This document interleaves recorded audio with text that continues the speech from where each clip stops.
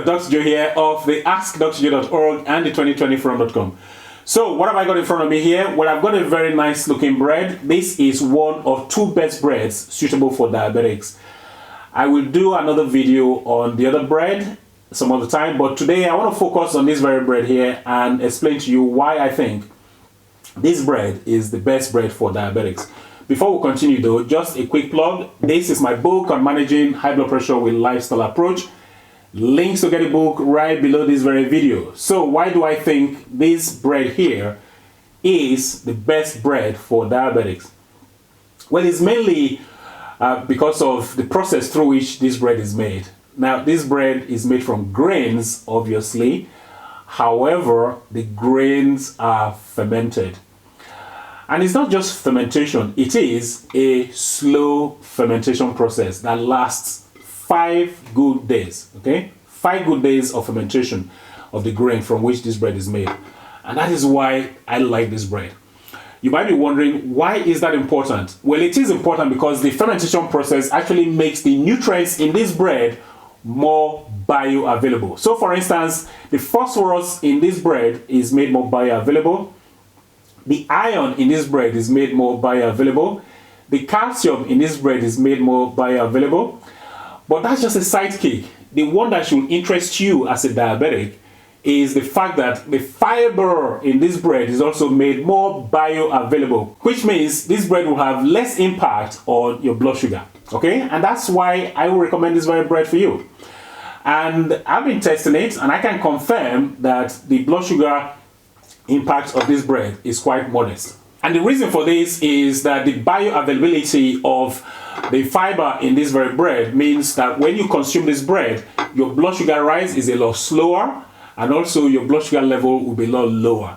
So both the glycemic index and the glycemic load of this bread is a lot better compared to other breads out there. And that's the reason I recommend it to you as a diabetic. Beyond that though, it also means that the bioavailability of the fiber means that this bread is providing you with a very healthy dose of prebiotic. And you know, lately I have been obsessed with gut health. And you know, when you have a very nice prebiotic coming from this bread, it means that the prebiotic will feed your gut microbiome. And when your gut microbiome are healthy and happy, your health is a lot better for it. So, you know, it's a win-win situation for this very bread.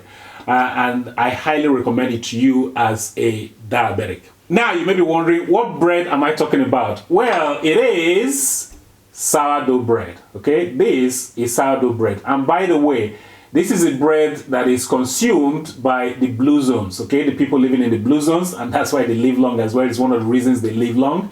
So, you know, really highly recommended. Now, before you pick up the next sourdough bread from your supermarket shelf, I just want to give you a few pointers as to what you should be looking out for.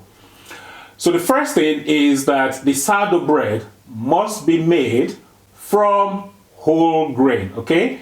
That is, we cannot compromise on that, okay? It must be made from whole grains. Very, very important. The second thing is, it's even better if it is made from sprouted grains. If it is made from sprouted grains, even better.